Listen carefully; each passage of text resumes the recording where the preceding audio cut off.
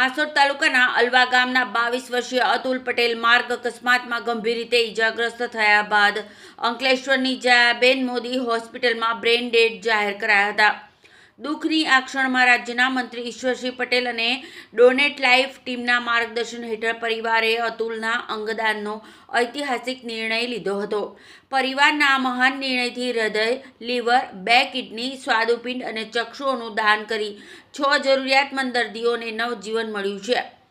હૃદયને વંદે ભારત ટ્રેન દ્વારા અમદાવાદની UN મહેતા હોસ્પિટલ અને અન્ય અંગોને IKDRC સુધી પહોંચાડવા માટે ભરૂચ પોલીસના સંકલનથી 2 ગ્રીન કોરિડોર પણ બનાવવામાં આવ્યા હતા.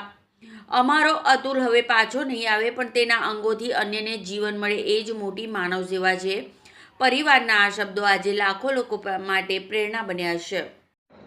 તાજેતરમાં સુણેવ તાલુકો હાંસોદ જિલ્લો ભરૂચ ખાતે તારીખ 27/7/26ના રોજ માર્ગ અકસ્માતમાં સ્થળ ઉપર જ 2 મૃત્યુ થયા હતા.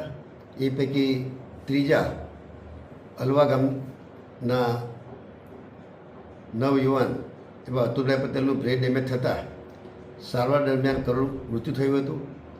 સ્વાભાવિક છે કે તેમના મૃત્યુને કારણે તેઓના પરિવારનો ક્રૂર દીપક બુઝાયો છે, પરંતુ હૃદયની લાગણીઓને કાબૂમાં રાખીને પરિવારજનોએ અંગદાન માટે સંમતિ આપી હૃદય, કિડની, લીવર, સ્વાદુપિંડ જેવા 7 જેટલા અંગો દાન કરી અન્ય વ્યક્તિઓને નવજીવન બક્ષવાનો ઉમદા નિર્ણય કરીને સાચા અર્થમાં અતુલભાઈને અંગદાન થકી જીવંત રાખવાનો સતત તે પ્રયાસ કર્યો છે.